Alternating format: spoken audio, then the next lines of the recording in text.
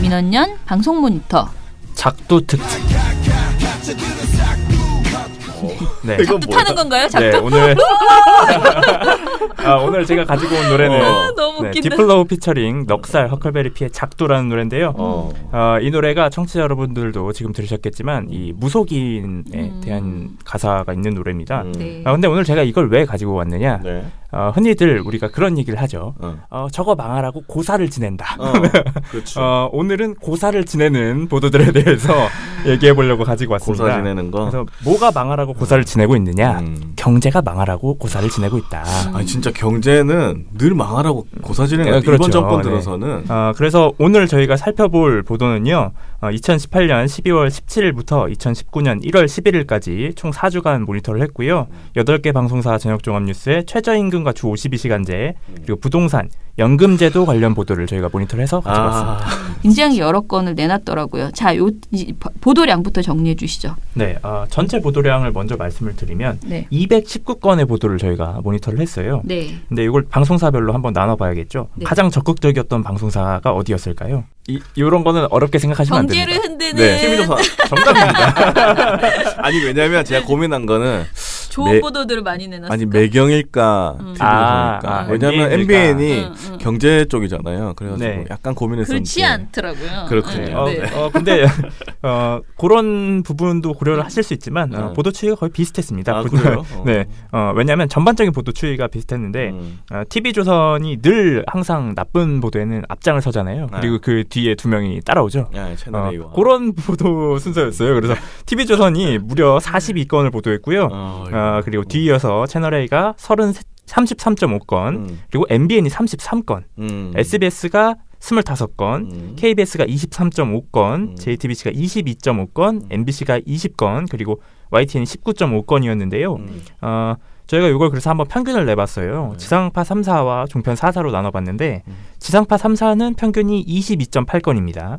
근데 종편 4사는 32.8건이에요. 10건가량 높죠? 네. 이게 다 TV조선 때문에. 네, 그래서 저희가 이걸 별도로 한번 또 따로 내보기도 했어요. JTBC를 빼고 그럼 3명의 이 세 방송사는 어떻게 했나 평균을 냈더니 36.2건이었습니다. 그리고 눈에 띄는 부분이 YTN 같은 경우 이제 19.5건으로 되게 작네요. 가장 낮았잖아요. 근데 요거는 조금 감안을 해야 될 부분이 저희가 지금 모니터를 하고 있는 프로그램이 뉴스큐라는 프로그램인데 요게 공휴일을 제외하고 평일에만 방송이 되는 프로그램이에요. 그래서 세보니까 저희가 18일 정도를 모니터를 했더라고요. 근데 18일 동안 19.5건이기 때문에 그렇게 낮은 수치는 아니었다라고 볼 수 있었습니다. 네. 자, 그러면은 그 중에서 그럼 제가 말한 이제 3가지 아이템이잖아요. 최저임금 주 52시간제, 부동산 연금. 이 중에서 뭘 제일 많이 보도했을까요? 이것도 뭐 상식이 최저. 네. 그렇죠. 그렇죠. 그겁니다. 바로. 그래서 보도량 전체 219건을 한번 주제별로 분류를 해봤어요. 분류를 해봤더니 거의 절반에 가까운 108건이 최저임금 주 52시간제 관련 보도였어요. 그래서 이걸 수치로 환산하면 49%가량 됩니다. 그리고 뒤이어서 부동산 관련 보도가 74.5건으로 34% 정도였고요. 연금제도 같은 경우는 굉장히 보도가 적었습니다. 8건으로 4%밖에 되지 않았어요. 연금 왜 적지? 연금은 아직 헷갈려. 내가 보기에는 안 받아서 몰라. 기자도 몰라 지금. 네. 그럼 모르는 건 회피하거든요. 원래. 네. 그리고 한 가지 더 보도 분류가 있는데요. 저희가 기타로 분류한 건데 이런 거는 경제 전반에 대해서 얘기를 하다가 요걸 이렇게 끼워 넣는다든지 아니면 뭐 여론조사를 하면서 요 내용에 대해서 한다든지 뭐 이런 거는 저희가 기타로 분류를 했습니다. 네.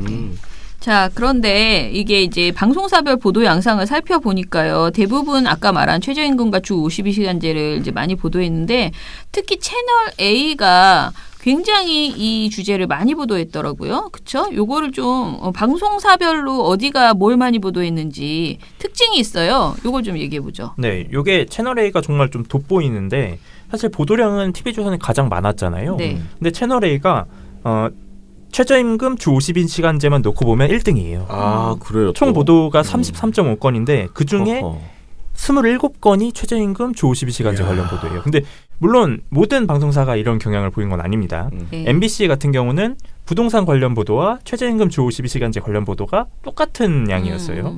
그리고 SBS 같은 경우는 한 건 차이로 최저임금 주 52시간제 관련 보도가 많았고요. 눈에 또 들어왔던 방송사가 MBN입니다.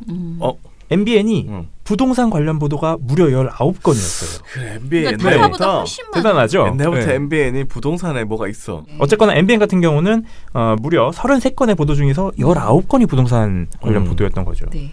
그 특징적이라고 말한 그것을 이정일 PD가 말하고 있습니다. 그러니까 이정일 PD 옛날부터 많이 나왔어. 네. 광고 좀 하는 것 같아요. 그게 이번에도 약간 우리는 그렇게 뭐 투기를 장려하는 어디가 뛸 거다 뭐 계속 그러고 있는지. 그런 보도가 또 나오더라고요. 지명까지 외웠었는데 그때. 그러니까. 저기 파주 쪽에 어디 파주 뭐였어요? 운정신도시. 운정신도시 맞아. 엄청 뛰었었는데.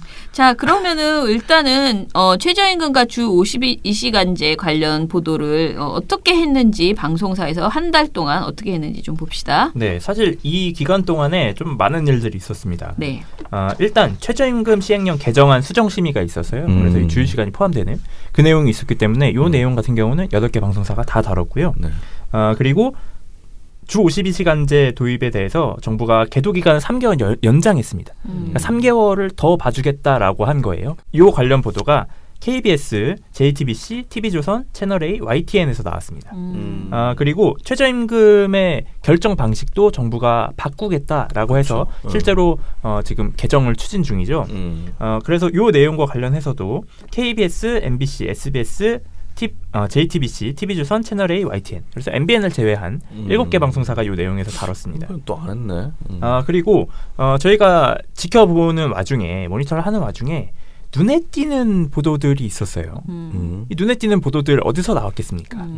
TV조선과 채널A에서 나온 거죠. 그래서 좀 신기했던 게 근데 이 두 가지가 다 저희가 이미 한번 얘기를 했던 거예요. 아, 그래요? 민원연이 이것 봐라 얘네 이렇게 거짓말 치고 있네 라고 얘기했던 건데 그걸 똑같이 하고 있는 거예요. 그래서 어떤 거였냐면 TV조선 같은 경우에는 최저임금 때문에 대기업도 망하게 생겼다. 대기업이 망한다고요? 이 주장을 한 겁니다. 근데 여러분 잘 생각해 보시면은 저희가 이미 이걸 가지고 지적을 했어요. 언제 얘기를 했냐면 연합뉴스 모니터를 가지고 얘기를 했는데 연합뉴스가 당시에 현대모비스 사례를 들면서 이거 봐라. 지금 이 초봉 5천만 원대 되는 기업도 최저임금법 위반해가지고 걸렸다. 이 최저임금 인상 심각한 문제다. 막 이렇게 보도를 했거든요. 네. 그래서 저희가 이 보고서를 써서 이게 그렇지 않다. 현대모비스의 이 연봉 체계가 정말 기이하다. 막 어떤 달에는 기본급만 나오고 그 다음 달에는 성과급으로 기본급의 200%가 나오고 막 이런 연봉 체계가 갖춰져 있었거든요. 그래서 최저임금법에 걸린 거다. 그리고 현대모비스가 그 최저임금법에 맞게 이 취업규칙을 개정하게 되면 최저임금이 10,000원이 돼도 법에 걸리지 않는다라고까지 저희가 보고서를 냈어요. 그러니까 이미 이게 언제 나왔던 문제냐면 12월 9일이에요. 그러니까 이게 한 달이 지난 얘기잖아요, 이미. 근데 그걸 가지고 신나게 떠드는 거예요. 막 계속 풀리는 겁니다. 이거 봐라, 대기업도 망한다. 대기업도 망한다. 얼마나 찾았을까, 그걸. 신났겠죠. 네. 그래서 TV조선 대표적인 보도가 초봉 5,200만 원 대기업도 최저임금 비상이라는 12월 18일 박상현 기자의 보도입니다. 초봉 5천이 넘는데. 네, 초봉 5천이 넘는데 지금 최저임금법 위반했어. 지금 큰일 났어. 이렇게 한 거예요. 뭐야, 그게. 그래서 보도 내용을 좀 설명을 드리면 이렇게 설명합니다. 기자가. 이미 현대모비스와 대우조선해양 등 대기업이 올해 최저임금법 위반으로 연이어 적발되기도 했습니다. 라면서 마치 큰 문제가 있는 것처럼 이렇게 설명을 하는 겁니다. 근데 요거는 저희가 말씀드렸다시피 대기업의 기이한 임금 구조가 문제다. 그게 임금 구조가 그렇게 하는 게 그 보너스를 더 많이 주는 거잖아요. 맞습니다. 이런 제도의 문제점은 뭐냐면 일단 기본급이 낮기 때문에 보장되어 있는 월급이 낮고 그쵸. 그리고 상여금 같은 경우는 변동이 가능하잖아요. 그래서 사측이 만약에 임금을 줄이기 위해서 상여금을 깎아버린다든지 뭐 이런 조치가 가능하다는 문제 지적이 있긴 했어요. 대부분 기업들이 그렇게 합니다. 예. 그렇죠. 그래서 기본급 적게 주고 보너스로 사람을 이렇게 잡으려고 하는 네. 그런 게 있죠. 그리고 TV조선 같은 경우는 굉장히 구체적으로 이 내용을 설명하기도 하는데요. 자세히 보면 마치 이거를 대기업 임금 체계를 살펴봤다. 이런 보도도 있어요. 근데 문제가 안 나와요. 이런 저희가 언급한 문제가 안 나옵니다. 그럼 TV조선이 무슨 얘기를 하느냐? 한번 들어보시죠. 고용부는 기본급과 수당 일부만 최저임금의 계산에 반영되도록 하고 있습니다. 즉 연봉의 절반에 달하는 상여금과 성과급은 매달 주는 돈이 아니라며 계산에서 빼는 겁니다. 최저임금 계산의 기준이 되는 근로시간도 대법원은 174시간만 인정하는데 정부 안은 실제로 일하지 않는 주휴시간까지 모두 넣어서 243시간입니다. 이렇게 계산하니까 시급이 7,200원으로 나오고 결국 최저임금법을 위반할 수밖에 없는 겁니다. 이렇게 얘기하는 거. 아니 그러니까 기본급을 올려줘요. 기본급을 올려주면 해결되는 문제거든요. 사실. 왜 자꾸 상여금으로 줘? 근데 뭐 이런 문제는 얘기 안 하는 거예요. 왜냐하면 이거 얘기하면 불리하거든요. 그치. 그리고 앞서서 저희가 채널A 관련해서 말씀드렸잖아요. 채널A가 최저임금과 주 52시간제 관련 보도가 가장 많았다. 그런데 채널A가 이런 식으로 보도를 한 겁니다. 사실상 최저임금이 1만 원이다.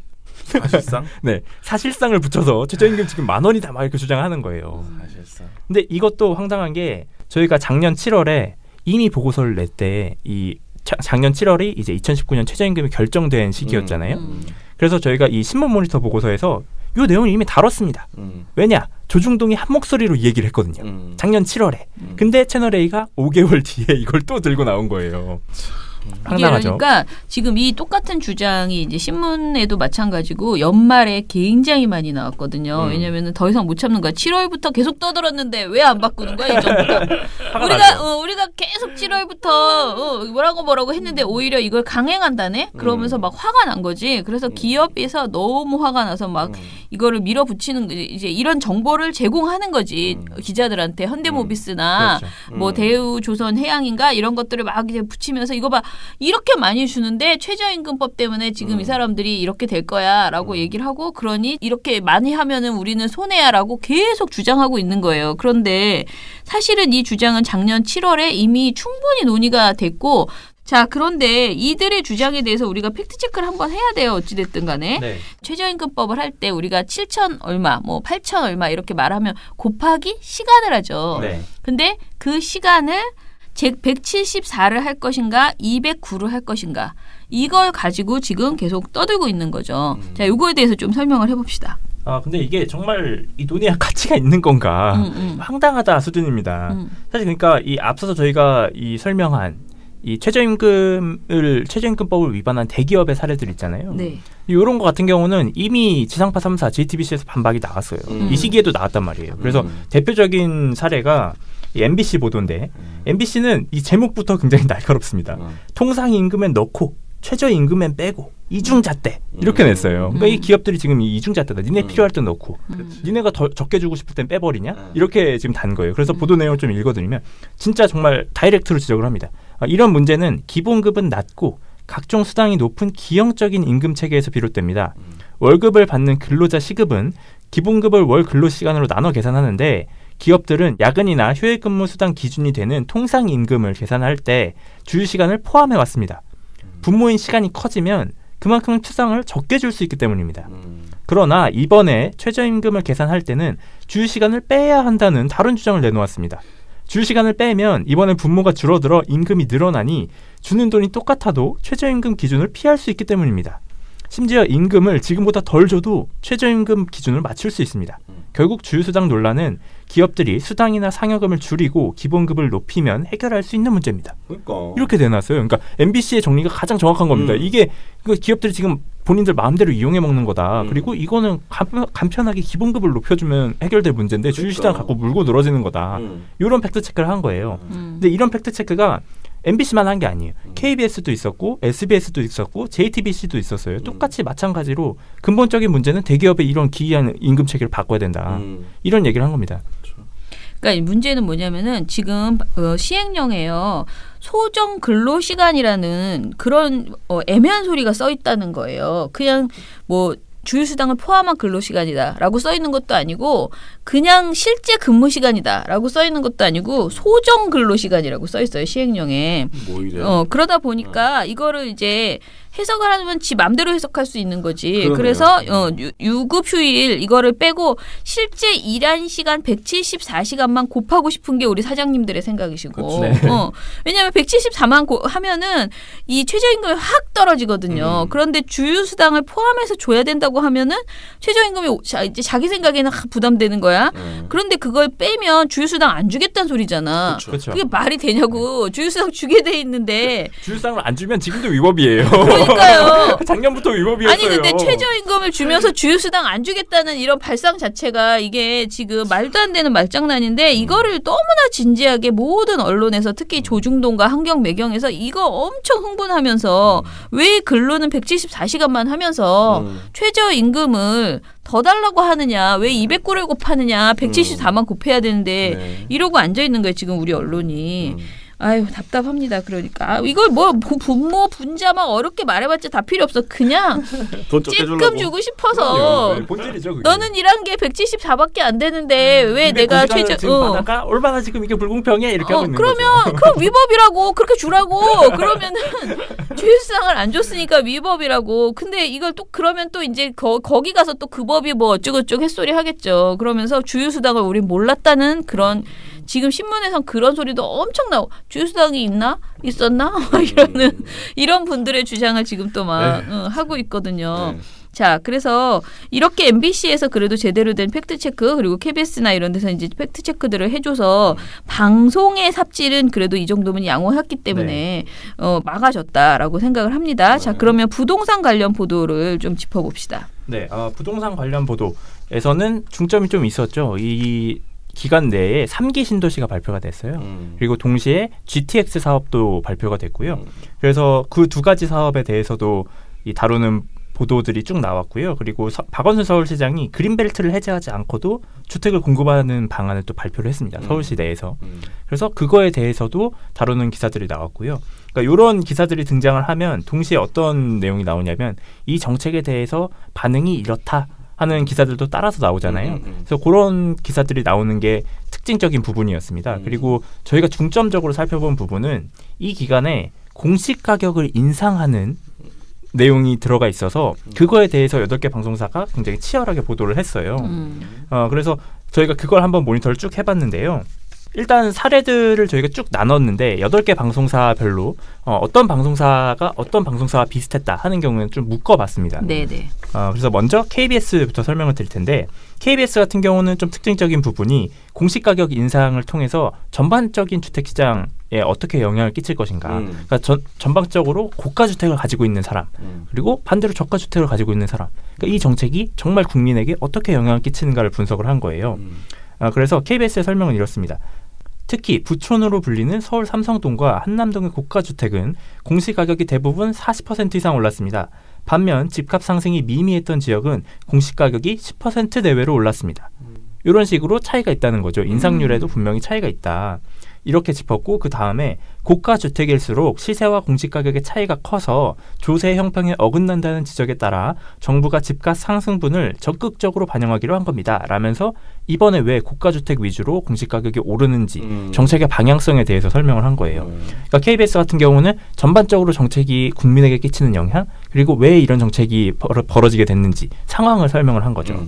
그러니까 이 지금 보면은 KBS는 일반 주택 있잖아요. 고가 주택 말고 일반 주택을 어느 정도 얘기를 하면서 그러니까 고가 주택을 대상으로 해서 공시가격이 올랐다. 그런데 그렇게 한 이유는 이 고가 주택일수록 시세와 공시가격의 차이가 커서 조세 형편이 어긋난다는 지적이 계속 있어왔다. 그래서 정부가 이걸 반영한 것이다라는 것을 분명하게 얘기를 해주거든요. 그래서 저는 KBS 보도가 제일 국민에게는 설득력. 왜냐하면 이 공시지가 인상 그러면 또 불안해. 나 또 뭐 부담되는 거 아니야 이런 불안함이 오거든. 근데 정확하게 이 제도의 취지는 이쪽이다. 고가 주택을 가지고 있는 사람들에게 지금 조세 형평이 맞지 않아서 올린 것이다라는 것을 조금 더 쉽게 설명했다는 측면에서는 KBS 보도가 좋았다라고 생각을 하고요. 그런데 이제 MBC와 JTBC의 경우에는 아싸라게 그냥 아예 대기업 재벌가 위주로 이제 얘기를 한 거죠. 이 제도 자체가 그쪽에게 어떻게 보면 부담이 될 수 있는 내용이기 때문에 어떤 영향이 실질적으로 이번 공시가격 인상으로 해서 어떤 영향을 받을 수 있는가 재벌들이 그거에 아예 초점을 맞춰서 보도를 했어요. 다 좋다고 생각하는데 저는 KBS 보도가 실질적으로 큰 그림을 보는 데는 더 도움이 됐다라고 생각을 합니다. 그리고 MBC하고 JTBC도 좀 설명해 주시죠. 네, MBC하고 JTBC는 말씀드린 대로 이 재벌가의 사례를 아예 들고 옵니다. 그래서 MBC는 보도에서 이명희 신세계 회장 자택이 169억 원에서 270억 원. 그리고 박찬구 금호석유화학 회장 주택은 공시가격 141억 원으로 48%, 최태원 SK 회장 집은 50% 올랐다. 이렇게 아예 사례를 들고 설명을 해요. 약간 고소미 그런 느낌의 그런 보도가. 얘네 가격 이만큼 올랐어 이렇게 한 거죠. 네. 약간 좀 마음을 자극하는 그런 보도라는 생각이 좀 들었습니다. 네. 그런데 MBC 같은 경우는 그것만 언급을 하진 않았어요. 추가로 얘기한 내용이 있는데 서울 강남 지역의 서초구의 한 아파트는 시세가 29억 원인데 공시가는 15억 원으로 절반 정도밖에 안 됩니다. 라면서 아파트 공시가격도 현실화가 돼야 된다. 이렇게 고가의 지역에 지금 시세랑 전혀 안 맞는 이 공시가격 해결해야 된다. 이렇게 지적을 한 겁니다. 그리고 JTBC 같은 경우도 비슷했는데요. 똑같이 재벌가의 공시가격 인상 사례들을 쭉 얘기를 했어요. 근데 JTBC가 짚은 지점은 이게 아직까지도 현실적인 가격이 아니다. 현실적으로 이들이 내야 될 세금이 아니다. 라고 지적을 한 거예요. 그래서 최승섭 경실련 부동산 컨설팅 부장이 이런 얘기를 하는데요. 기존의 고급 단독주택이 공동주택보다 워낙에 낮았기 때문에 지금 높이는 수준에 비하면 굉장히 미미할 것으로 보이고요. 토지에 대한 이야기는 빠졌기 때문에 저희는 여전히 공시가격에 대한 불평등성은 계속 심하지 않을까 이렇게 얘기를 합니다. 그러니까 더 올려야 된다는 거예요. 그렇지. 지금 상황에는 현실적인 세금이 아니다라고 비판한 겁니다. 그럴 것 같아요. 예. 자, 그래서 그나마 3사가 다 잘했어요. 그죠? 그런데 이제 SBS하고 채널A는 조금 엉뚱한 소리를 하고 있습니다. 근데 이 소리가요, 사실은 재계에서 엄청 투덜투덜 하면서 지금 하는 말이거든요. 자, 요 주장들을 좀 얘기해 봅시다. 네, 좀 저도 보면서 독특했던 부분이 SBS하고 채널A가 좀 관점을 맞춘 부분이 비슷했다라는 거였어요. 이게 자주 있는 일은 아니잖아요. 네, 근래에는 자주 있지 않았던 일이었는데 어쨌거나 좀 설명을 드리면 일단 타깃을 맞춘 부분은 그거예요. 공시가격 인상을 하는데 정부가 지금 개입하는 게 타당한 거야? 라는 의문을 던진 거예요. 이 두 개 방송사가. 그래서 SBS 같은 경우는 정부가 지침 비슷하게 내린 걸로 나왔는데 당연히 할 수 있는 업무다. 아니다. 월권이다. 말이 엇갈립니다. 이렇게 설명을 했어요. 그러니까 이 내용에 대해서 정부가 개입을 해서 지금 공시가격을 올려버리는 게 이게 타당한가? 원래 할 수 있는 일인가? 월권이 아닌가? 라는 게 지금 논란이 일고 있다. 이 정도 수준이었다면 채널A는 더 가죠, 당연히. 채널A는 SBS 수준이 아니잖아요. 그래서 더 갑니다. 채널A는 뭐라고 말하면 땅값을 평가하는 감정평가사가 독립적으로 일해야 했지만 그 원칙을 정부가 깼던 것으로 드러났습니다. 막 이렇게 얘기를 해요. 마치 정부가 문제를 일으킨 것처럼 이렇게 설명을 하는 거죠. 그러면서 정부가 행정권을 남용한 게 아니냐는 지적이 나오지만 국토부는 법에 있는 권한을 행사한 것이며 앞으로도 공시가격 현실화를 추진하겠다고 밝혔습니다. 이렇게 설명하는 거예요. 지금 이제 SBS 보도보다 채널A가 좀 더 나빠요. 그런데 이제 채널A 보도는 또 한편으로는 그래도 국토부는 법에 있는 권한을 행사한 것이다. 앞으로도 공시가격 현실화 정책을 추진하겠다라고 했잖아요. 그 말이라도 제대로 저는 설명했다는 점에서는 반론이 있었다. 정부의 입장 남용한 게 아니다라는 이런 이제 본인의 주장, 국토부 주장을 어찌됐든 짧게라도 설명했잖아요. 그건 또 SBS의 차이점이에요. 근데 양사 모두 이 주장을 너무 진지하게, 그러니까 이 주장이 뭐냐면 감정평가사가 독립적으로 일해야 되는데 우리한테 니네가 정부가 이렇게 개입했다. 그러니 감정평가사들이 가만히 있지 않겠다. 이런 지금 소리들을 하고 있었거든요. 그런 주장들을 내고 있었어요. 요거를 아주 진지하게 가져다가 SBS 채널A가 보도를 한 거예요. 그렇다면 생각을 해보세요. 감정평가사를 우리가 전적으로 믿어야 하는가에 대해서 사실은 언론이라면 이들의 주장이 적절한가를 짚어봐야 되는 거잖아요. 그렇죠. 근데 그런 내용은 없고 감정평가사 주장을 그대로 그냥 옮기고 국토부의 반론만 한마디 집어넣어서 이렇게 보도가 끝나버렸어요. 그런데 좀 찾아봤더니 경실련은 성명을 통해서 정부의 공시지가 상승 움직이는 부당한 개입이 아니라 정상화를 위한 당연한 조치다. 그리고 너무나 아직도 부족하다. 아까 JTBC랑도 얘기했잖아요. 부족하다. 그렇게 얘기를 하면서 강남 아파트가 지난 30년간 공시지가 변화를 발표하면 이게 어떻게 변화했는지를 발표를 해요. 그러면서 공시지가가 정부에 의해 오히려 조작되어 왔다라고 지적을 하고 문재인 정부가 이를 수정하라라고 시정하라라고 촉구를 하거든요. 정상화시키라고. 그렇죠. 그런 거죠. 그렇게 얘기를 했거든요. 그러면서 수백억 원에 달하는 재벌 회장과 수조억 원대의 재벌 사옥은 시세의 절반에도 못 미치고 있고 소수의 부동산 투기 부자와 재벌 대기업이 보유한 토지는 서울에는 30% 수준의 공시지가가 책정되어 있다. 이들은 10년 넘게 막대한 불로소득과 세금 특혜를 누려왔다. 그나마 문재인 정부가 부동산 폭등과 이 문제를 인정하고 불평등한 과표를 개선하려 하고 있는데 감정평가사들이 부당한 개입이라고 난리치고 있다. 이게 지금 경실련이 낸 논평이에요. 그러니까 이게 이런 것들을 이런 얘기를 듣고 이걸 그대로 베껴달라는 것도 아니고 이걸 보고 자신들이 기자로서 판단해야 될 거 아니야. 지금의 이 개입이 적절한 것인가, 과도했던 것인가, 감정평가사들의 주장이 맞는 말인가 판단을 해야 되는데 그런 내용이 없어요. 그러니까 저는 주장을 전하는 것 자체를 무조건 비판하는 게 아니고 SBS 보도가 채널A는 아예 그렇다 치고 SBS가 왜 이렇게밖에 보도 안 했는가 굉장히 아쉽더라고요. 이 주장을 차라리 다루지를 말든가 다룰 거면은 제대로 제대로 이 주장이 도대체 타당한 것인가에 대해서 얘기를 해봐야지 되는 거지. 그냥 비싼 땅 공시지가 현실화, 정부 지침 공방 이러면서 그냥 양쪽에 공방이 있습니다. 그런데 사실상 그 내용은 겉으로 보기에는 굉장히 기계적 균형을 갖춘 것 같지만 사실은 이 아이템을 보도했다는 그것만으로도 감정평가사 편을 드는 그런 내용이었거든요. 이런 보도를 보면은 사람들이 이게 부실하잖아요. 부실한 보도를 보면 또 음모론에 빠집니다. SBS 뒤에 또 누가 있나? 또 이 사람이 이렇게 또 되면 이렇게 보도를 잘해야 된다. 이런 말씀을 드리는 거죠. 그렇죠. 우리가 계속 말하잖아요. 우리가 JTBC한테 항상 음모론을 갖고 보지. JTBC가 삼성 하나하나. 그래 JTBC가 더 열심히 해야 되잖아. 그러니까 태영이나 이런 음모론에 빠지지 않으시려면 SBS는 어떻게 해야 되냐? 항상 보도를 잘해야 되는 거지. 네, 잘해야 됩니다. 힘든 일이죠. 네.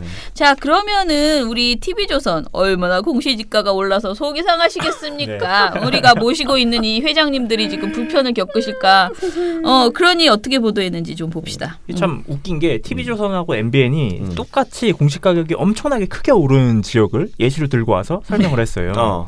TV조선 같은 경우는 단독주택 공시가격 급등, 후폭풍 거셀 듯 이렇게 냈습니다. 후폭풍아 이뤄라. 제목 그렇게 쓰시지 그랬어. 12월 27일 지선호 기자의 보도였는데요. 그래서 예시로 든 게 여기예요. 마포구 공덕동의 예시를 듭니다. 네. 여기 주택이 거의 엄청 크게 뛰었어요. 8억 3,800만 원에서 15억 6천만 원 이렇게 뛰었다고 하더라고요. 86%가량 뛰었대요. 하여튼 이런 사례를 들고 와서 막 얘기를 하는 거죠. 그래서 막 인터뷰를 받는 거예요. 뭐라고 하냐면 주민이 막 이렇게 말해요. 세금 많이 내죠. 지금 7년 전이랑 비교하면 그때 10원 내던 게 지금 100원 내요. 올라와서 지금 말도 못해요. 막 이런 얘기 하는 거예요. 10원 내는 거죠. 7년 동안 지금 이렇게 올랐다. 막 이런 인터뷰 잘못하신 것 같은데. 그러면서 막 기자가 막 이런 얘기도 하는 겁니다. 낡은 단독주택에 거주하는 고령 은퇴자 등 서민 부담까지 늘어나는 부작용도 있습니다. 공시가격이 30% 오르면 해당 주택 보유자는 건강보험료를 평균 13%를 더 내야 합니다.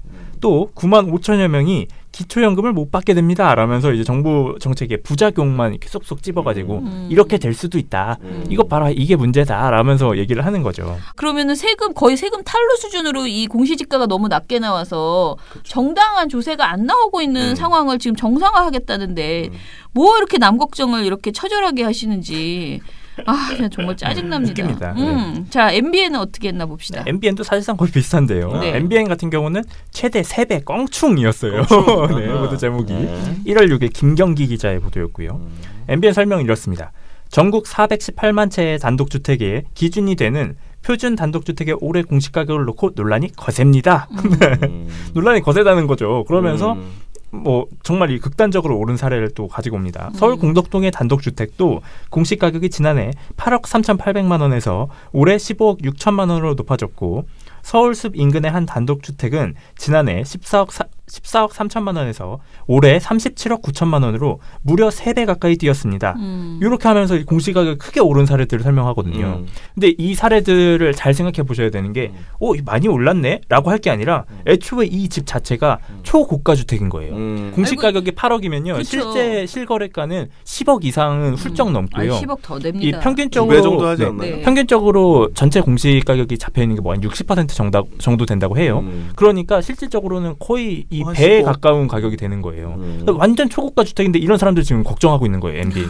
웃기죠. 아니 그리고 이 집 지가 말한 것처럼 보도를 할 때요. 공시지가 얘기 자꾸 하지 마시고 원래 이 동네 시세를 가서 그렇게 평소엔 잘 돌아다니시다가 왜 안 돌아다니는 거야? 시세 말하면 시세 얘기해요 그냥. 이런 때 부동산을 가야죠. 단독주택 이 시세 얼마였는데 지금 8억 3천만 원, 아니 8억으로 돼 있다. 이걸 15억으로 올렸다. 이게 지금 현실화, 그러니까 정상화가 된 것이냐 아니면 아직 미흡한 것이냐까지도 얘기할 수 있는 거죠. 만약에 그렇게 얘기하면. 아유, 그 15억으로 올랐으면 실제 실거래 금액은 한 20억 되는 20억 거예요. 넘겠네. 네. 그런 집이었는데 지금 8억으로 낸 거야 세금을. 20억 집. 그래놓고. 대박이다. 자, 그래서 아무튼 짜증이 나. 근데 이 와중에 이제 지금까지는 아직 화내면 안 돼. 아, 그래요? 그렇지. 네. 이제부터 우리가 화내야 되는 이제 폭탄이 등장한 폭탄. 지금 벌써 화났는데. 나와야죠. 네. 폭탄이 나왔습니다. 세금 폭탄. 세금 폭탄이 떨어진다는 거예요. 네. 이거 누가 했겠습니까? TV조선? 당연히 TV조선 채널A죠. 그래서 이걸 가장 먼저 얘기한 거는 채널A였어요. 채널A 보도 제목이 이겁니다. 평생 이 집에 살았는데 보유세 날벼락. 날벼락이 떨어진다는 겁니다. 지금. 12월 29일 조현선 기자의 보도였는데 조현선 기자가 예를 든 게 이겁니다. 한옥마을에서 특별한 소득 없이 살아온 어르신들까지 세금 폭탄을 걱정하게 됐습니다. 직접적으로 세금 폭탄을 드디어 꺼내 든 거예요. 얘기를 딱 했죠. 그러고 나서 보도에서 막 설명을 하는데 뭐라고 설명하냐면 실제 내년 공시 가격이 5억 원 미만인 단독주택은 올해보다 10% 정도, 10억 원 이상 단독주택은 최대 50%까지 오를 것으로 보입니다. 이렇게 얘기하는 거예요. 이만큼 올라요 막 이렇게 얘기하는 거죠. 근데 정말 중요한 게 폭탄이 떨어진다. 그러면 세금이 정말 얼마 오르는지를 얘기해야 되잖아요. 그쵸. 10만 원에서 2천만 원이 된다. 그럼 이건 진짜 폭탄이죠. 그치. 그럼 그 사례를 들고 와서 이렇게 크게 오릅니다 하면서 폭탄입니다 해야 되잖아요. 없어요 그런 내용이. 그런 내용 하면 한 푼도 얘기를 안 하는 거예요. 그런 내용은. 복잡하거든 그거는. 아니 그렇게 하면 뻐록 나니까. 그럼요. TV조선도 마찬가지인데 TV조선 보도 제목은 이거였어요. 단독주택 공시가 최고 3배. 세 부담 껑충. 껑충은 약간 좋아하는 것 같아요. 네, 요거는 1월 7일 황민지 기자의 보도였는데 여기서도 뭐 세금 폭탄이라는 얘기는 안 나와요. 물론 TV조선은. 근데 비슷한 얘기가 나옵니다. 공시 가격에 연동된 보유세, 건보료 등 각종 부담까지 덩달아 급등할 전망이어서 휴유증이 예상됩니다. 이거 똑같은 논조예요. 그나마 TV조선 같은 경우는 보유세가 아니라 재산세 얘기를 했는데 뭐라고 얘기를 하냐면 연희동의 한 단독주택을 예시로 들었는데 올해 공시가격이 9억 500만 원으로 지난해보다 56%나 올랐습니다. 이에 따라 재산세를 38만 원, 30%를 더 내야 합니다. 공시가격이 9억 원을 넘기면서 올해부터는 종합부동산세도 추가로 내야 합니다.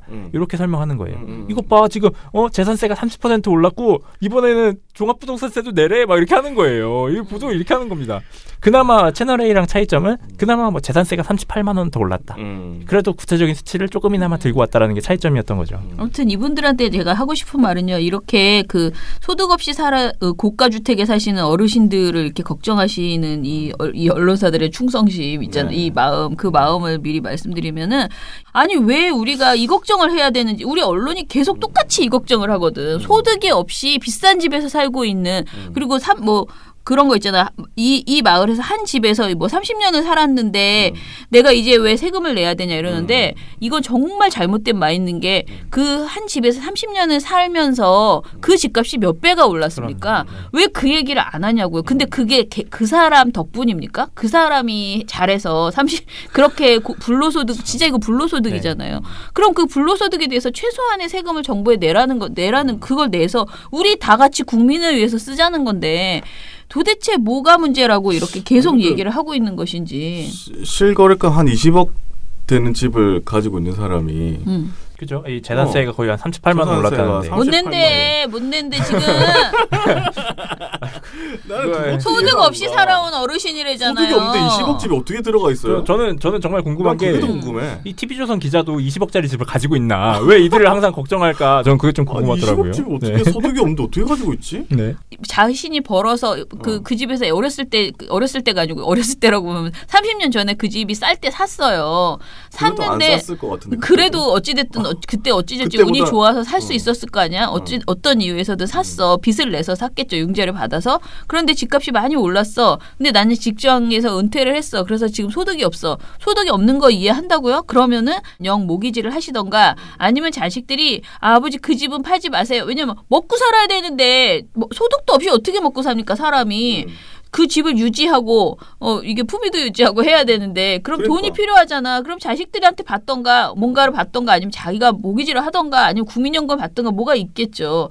이거 거짓말이라니까. 소득 없이 그런 집에서 살고 있는 어르신이 세금 조금 낸다고 이것 때문에 못 살겠다. 이 구조 자체가 이해가 안 갑니다. 말이 안 되는. 그 인구도 얼마나 되는지 좀 궁금해요. 얼마나 많길래 이렇게 걱정을 하는 걸까. 그러니까 말입니다. 네. 자, 제가 여태까지 말하는 이 소득 없이 살아온 어르신 세금 폭탄은 채널 A가 한 말입니다. 네. 어록에 남겨두셔야 될 것 같습니다. 자, 그러면은 그래도 그나마 방송은 괜찮은 게 지상파 3사와 JTBC가 이것에 대해서 팩트체크를 내놨다는 것이죠. 그래서 네. 팩트체크 내용들을 정리해 드릴게요. 네, 팩트체크가 나온 방송사를 일단 말씀드리면 지상파 3사와 JTBC예요. 네, 다른 방송사 없었고요. YTN도 안 했다는 거죠. 네, 그래서 좀 말씀을 드리면 이런 식으로 세금 폭탄론이 나오면 당연히 사실관계를 확인을 해야죠. 궁금하잖아요. 그리고 그치. 하도 논란이 되니까 이런 거 거짓말이다라고 딱 짚어줘야 되잖아요. 그래서 가장 제가 보기에는 잘 짚었던 방송사가 SBS였습니다. SBS 1월 7일 장훈경 기자의 보도였는데요. 사실은이라는 코너죠. 팩트체크 코너에서 공시 가격 급등으로 세금 폭탄 따져보니? 라고 해서 실제로 얼마나 오르는지를 막 따져본 거예요. SBS는 정말로 얼마나 오르는데 니네 세금 폭탄이라고 하는 거야? 라고 수치를 들이민 겁니다. 그래서 SBS 보도를 좀 설명을 드리면요. 마포역 주변에 150제곱미터의 땅을 예로 들어보겠습니다. 공시지가가 30%, 7억 원 정도 오르면서 보유세는 700만 원을 더 내게 됐습니다. 지난 1년 새 오른 땅값의 100분의 1입니다. 또 땅뿐만 아니라 단독주택 공시가격이 크게 올라서 주택 한 채 가진 서민들이 어렵게 됐다. 이런 주장도 있는데요. 서울 종로구에 있는 단독주택은 공시가격이 40%, 5억 원이 올랐습니다. 반면 보유세는 200만 원 올랐습니다. 대폭 인상됐다고 보긴 힘듭니다. 이렇게 얘기를 하는 거죠. 5억 원 올랐는데 200만 원 내는 거다 지금. 이거 큰 거 아니다. 그리고 실제로 가서 봤더니 30% 그래서 7억 원 올라서 700만 원 더 내는데 이게 1년 사이에 오른 땅값이 100분의 1밖에 안 된다는 거예요. 700만 원 내는 게. 그러니까 실제로는 이것보다 100배 더 올랐는데 니네 지금 700만 원 내면서 이게 세금 폭탄이라고 하는 거야? 너무하는 거 아니야? 라고 하는 겁니다. 그 1년에 내는 거잖아요. 매달 그렇죠. 내는 것도 네. 아니고. 이게 그러니까 달마다 내는 것도 아니고 이게 진짜 충격적인 거예요. 그리고 심지어 뭐 SBS가 비교한 아파트도 굉장히 웃겼는데 2018년에 보유세가 380만 원이었던 아파트가 2019년에는 570만 원으로 190만 원 인상됐다고 해요. 근데 시세가 2018년 1월에 시세가 19억 7천만 원이었어요. 근데 2018년 말의 시세가 25억 8천만 원이에요. 6억 원 오른 거예요. 그러니까 190만 원 더 내게 된 사람의 아파트 실제 시세를 봤더니 6억 원 오른 거예요. 6억 원 올랐는데 190만 원 못 내겠다라고 이 설명을 하는 TV조선과 채널에 말이 안 된다는 거죠. 그러니까 이런 팩트체크 보도를 SBS뿐만 아니라 JTBC도 이제 실제 사례를 가지고 했고요. KBS도 팩트체크를 하면서 무슨 얘기를 했냐면 그동안 공시가격이 인상이 이뤄져 왔던 과정들에 대해서 지적을 하면서 거래가 뜸해 시세가 잘 반영되지 않을 수도 있겠지만 조세 저항 등을 우려해 시세가 오르더라도 이걸 적극적으로 반영하지 않아온 관행이 있었던 점도 사실이다. 그러니까 그동안 시세가 올랐으면 공시가격도 같이 올랐어야 되는데 그동안 그치. 이 조세 저항 때문에 무서워서 못 올렸던 걸 지금 한 번에 올리려니까 이러는 거다. 이렇게 전체 과정을 짚은 거예요. 그리고 MBC도 세금 폭탄이라는 비판이 나오고 있지만 보유세는 한 번에 50% 이상 올리지 못하도록 되어 있어서 실제 인상률은 제한적일 것이다. 이렇게 얘기를 한 거예요. 그러니까 보유세가 미친 듯이 막 올라가지 않는 이유. 그것도 여기서 딱 드러나는 거예요. 그러니까 실제로는 50%까지밖에 못 올리는 거예요. 그러니까 막 세금이 막 미친 듯이 올라도 정부가 이건 다 내게 하는 거는 힘드니 50%까지만 올려야 된다라고 해서 한정선을 그어놓은 거예요. 근데도 세금 폭탄이라고 할 수 있느냐. 자, 그런데 이제 우리 마지막으로 MBN이 했다는 그 보도를 이제 부동산 마지막 이야기로 해봅시다. 네, MBN이 부동산 보도를 가장 많이 했잖아요. 그런데 이상한 보도가 하나 있는 거예요. 이게 뭐지 도대체? 도대체 무슨 의도를 가지고 하는 거지? 하는 보도가 있었는데 뭐였냐면 제목부터 이상해요. 틈새 투자 어디에? 노골적이잖아요. 완전 제목이. 이거는 뭐 대놓고 그냥 광고네. 1월 4일에 정주영 기자의 보도였습니다. 너무 귀여운 것 같아. 웃기죠? 김주아 앵커가 보도를 시작하면서 아예 이렇게 말을 합니다. 여윳돈으로 부동산 투자를 계획하시는 분들은 어디를 노려야 할까요? 대박. 타깃층이 있는 보도예요. 뉴스를 이렇게 얘기한 거예요, 진짜로. 네. 세상에. 저도 깜짝 놀랐습니다, 진짜 보다가.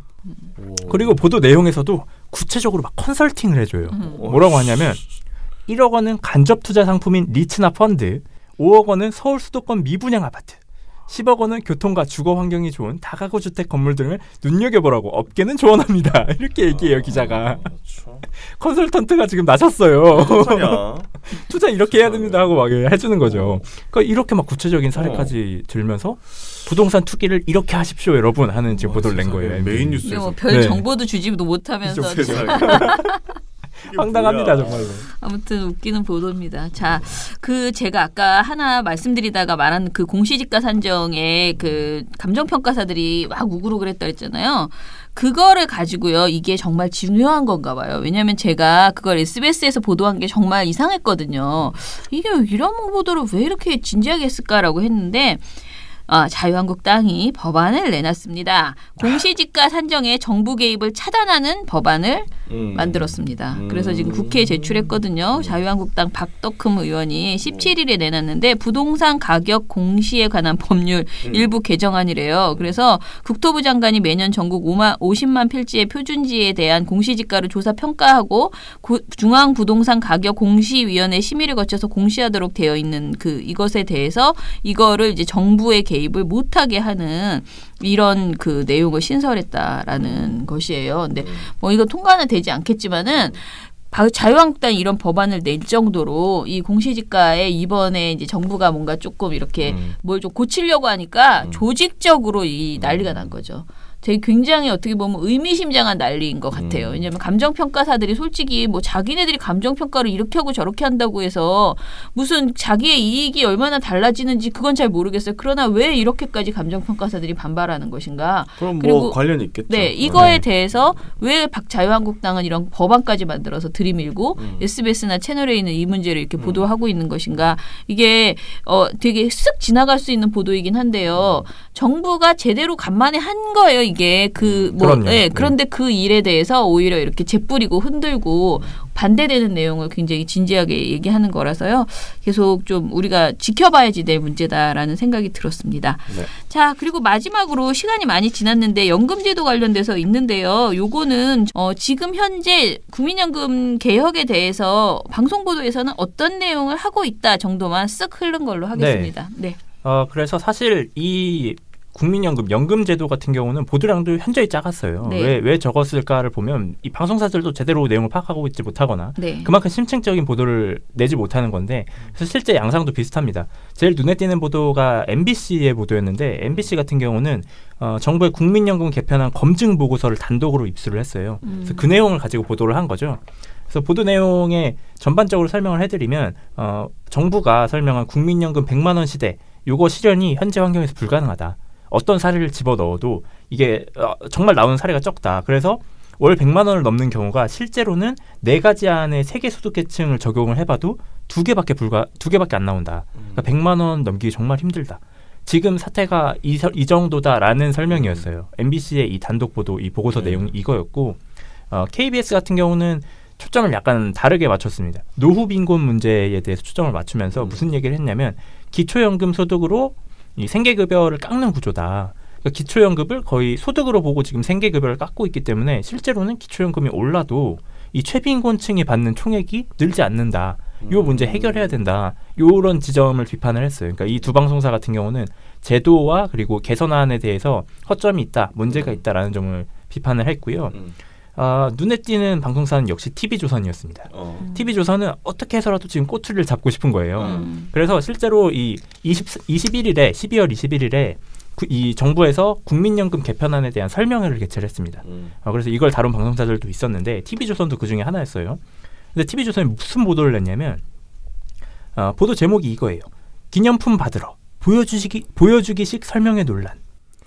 이거예요. 그러니까 어디에 지금 초점을 맞춘지 아시겠죠?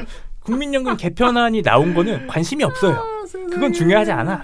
이걸 지금 이 설명회를 지금 보여주기식으로 했어. 그래서 막 인터뷰 내용도 대단하다. 자기가 우리 명단 다 올렸다고 그러더라고. 그래도 참여는 서겠구나 싶어서 왔지 뭐. 보여주기식이야. 뭐 이런 인터뷰나 1시간 반인가 2시간 걸려서 왔어요. 25,000원짜리 타려고. 막 이런 인터뷰라든가 이런 걸 보여주는 거예요. 쇼한다는 거다. 네, 그러니까 정부가 이거 뭐 이렇게 하는데 이거 다 보여주기식이에요. 막 이러면서 비판하는 거죠. 굉장히 웃긴 게 이런 날에 이 행사가 있었으면 이 연금제도가 어떻게 개편되는지를 전달해야 되는 게 저녁종합뉴스의 역할이잖아요. 그래야지 국민들이 이 정보를 가지고 이게 더 나을 것 같아, 이게 더 나을 것 같아를 토론을 하고 공론화를 시키는 걸 언론이 역할을 해야 되는데 이런 식으로 보도하고 앉아있는데 그게 공론화가 되겠냐고요.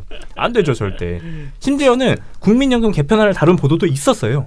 있었는데 TV조선 어디에 초점을 맞췄냐면 이것도 똑같은 이유진 기자 보도인데 3년 만에 180도 바뀐 연금 정책. 봐도 연금 정책이 나오긴 나오는데 3년 만에 180도 바뀌어? 이거잖아요. 그래서 실제로도 초점이 정부 주장이 3년 전하고 지금 완전히 바뀌었다. 뭐 이런 거예요. 그걸 비판하는 거예요. 그래서 뭐 소득 대체율을 50%로 올리되 보험료율을 5년마다 1%씩 인상하자는 네 번째 안은 김현명 현 청와대 사회수석이 강조해왔던 안과 유사다. 불과 3년 전 자료까지 배포해 소득 대체율을 50%로 높이고 보험료를 1% 미만으로 올리는 것은 미래 세대에게 부담감을 미루는 것이라고 강조했다. 3년 전에는 이렇게 해놓고 니네 지금 이렇게 말을 바꿔? 막 이러면서 비판하는 거예요. 이게 황당한 거죠. 그러니까 이게 지금 초점을 맞춰야 될 부분이 아니잖아요. 지금 놓여진 과제 자체가 국민연금이 정말 고갈될 것인데 이걸 어떻게 해결해야 되느냐. 이걸 가지고 토론을 해도 모자랄 판에 이런 짓거리나 하고 있는 거예요. 트집 잡고만 있는 거예요. 이게 되겠냐고요. 안 되죠. 그리고 채널A도 일단 부정적인 뉴스를 내보냈습니다. 근데 채널A는 짧은 단신이었어요. 내용이 뭐였냐면 국민연금 수익률이 10년 만에 마이너스다. 요 내용이 다였어요. 채널A는. 요 단신 하나가 연금 관련 보도에 다였고요. 그리고 그 다음이 이제 YTN하고 SBS JTBC인데 여기는 제도적 개편 내용 그리고 실제 반응 하고 변화 내용 어떻게 바뀌는지 요거에 초점을 맞춘 거예요. 근데 정말 이걸 심층적으로 다룬 게 아니고 YTN 같은 경우도 개편안을 좀 대략적으로 설명한 뒤에 뭐 당시 현장에 참가했던 시민들의 의견 이런 인터뷰를 좀 담고 그렇게 해서 보도를 구성했고요. SBS, JTBC 같은 경우는 약간 좀 결이 달랐습니다. 개편안이 나오고 나서 제도가 정말 어떻게 바뀌는가에 대해서 다뤘는데 SBS 보도가 약간 눈에 띄었어요. 어떤 내용이었냐면 택배기사 국민연금도 고용주가 절반 부담 이게 제목이었는데 이 내용이 이번 개편안을 통해서 특수고용 노동자들이 국민연금 가입 절차가 변경된다. 그래서 어떻게 변경되느냐 특수고용직 노동자들도 국민연금 보험료 절반을 고용주가 내준다. 기존에는 다 내왔던 거를 절반을 이제 고용주가 내주기 때문에 더 혜택을 누리게 됐다. 이렇게 긍정적으로 정부 정책이 바뀌었다라는 내용을 짚은 거였어요. 그리고 JTBC 같은 경우는 JTBC도 단신으로 짧게 다뤘는데 1년만 살고 이혼해도 배우자 국민연금 분할. 그러니까 요거는 그냥 간단하게 국민연금 제도 분할 제도가 변경된다. 그냥 요 정도만 짧게 단신으로 다룬 정도였습니다.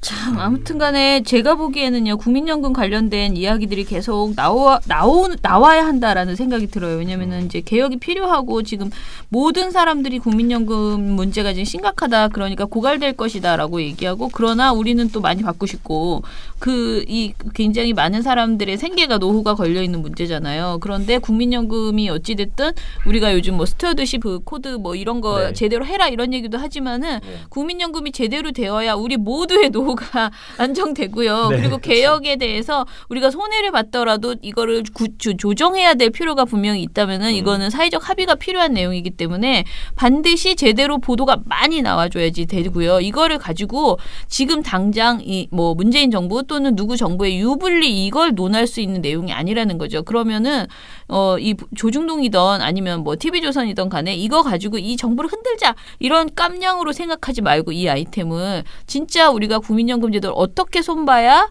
앞으로 또 몇십 년 동안 우리가 이 국민연금을 받아먹을 수 있을 것인가 이 얘기를 해야 되거든요. 근데 자꾸만 아전인수격으로 지금 나한테 이게 유리해 불리해 이 생각만 하고 있는 것 아닌가 그런 생각이 들어요. 근데 어찌됐던 이 아무도 못할 정말 어떻게 보면 굉장히 뜨거운 감자거든요. 국민연금 개혁이. 그래서 이 부분에 대해서 계속 또 손을 놓고 제일 좋은 방법은 뭔지 아세요? 그냥 문재인 정부 아무것도 안 해.